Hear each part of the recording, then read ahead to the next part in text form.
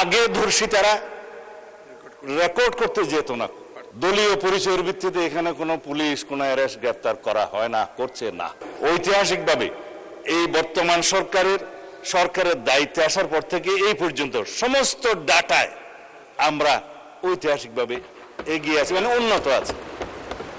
সেই ডাটাটা আমি বলেছিলাম, আমি যেটা অন রেকর্ড এখানে বলেছি, সেই ডাটাটা ডিপার্টমেন্ট থেকে একটা ক্ষেত্রে বলেছি আমরা একটু পিছিয়ে আছি।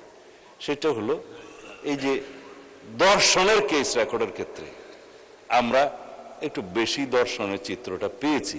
তার একটা কারণ আছে, আগে ধর্ষিতারা রেকর্ড করতে যেত না থানায়, বা পারতো না, সামাজিক বা রাজনৈতিক বিভিন্ন হস্তক্ষেপের কারণে। এখন থানায় গেলেই অথবা অনলাইনে তারা জিডি সহ অন্যান্য কিছু দায়ের করতে পারে, এফআইআর দাখিল করতে পারে। এখানে কোনো ইন্টারফিয়ারেন্স নাই, যার কারণে নাম্বারটা একটু ইনক্রিজ হয়েছে।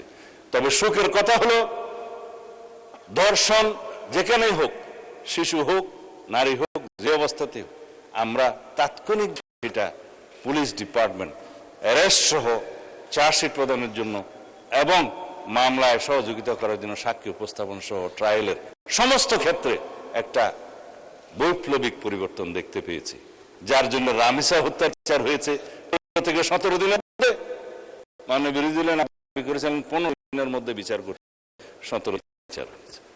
এটা বাংলাদেশ। আমরা হত্যার আসামিকে দীর্ঘ 17 বছরে যে রেকর্ড নাই, সেই রেকর্ড ভঙ্গ করে আমরা তনু হত্যার আসামি ডিএনএ রিপোর্টের উপর ভিত্তিতে আমরা অ্যারেস্ট করতে সক্ষম হয়েছে মাননীয় স্পিকার।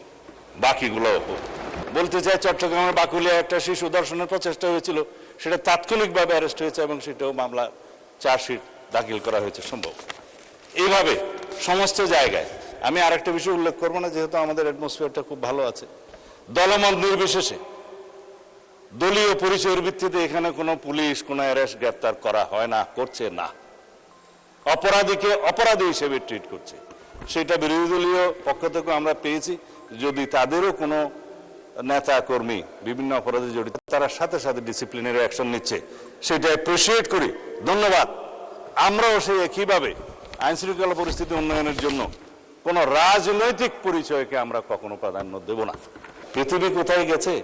আর আমরা 1867 সনের জুয়া নিয়ন্ত্রণ আইনের উপর দিয়ে আমরা ছিলাম। এখন জুয়া নিয়ন্ত্রণ এই প্রতিরোধ আইন, যেটা ব্যাটিং টেটিং এগুলো সব সহ প্রতিরোধ করা হবে 2026 সালের মডার্ন আইন অনুসারে।